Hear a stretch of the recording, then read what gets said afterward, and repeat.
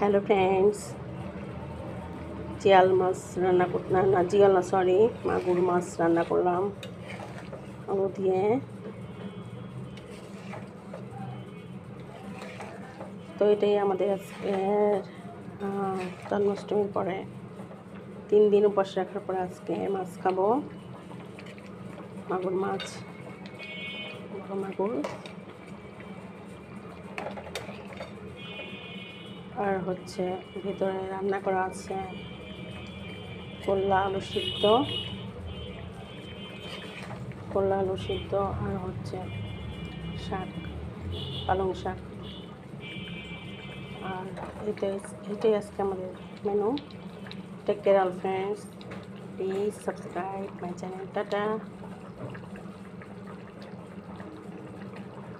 আজকে আমার রেসিপি এটা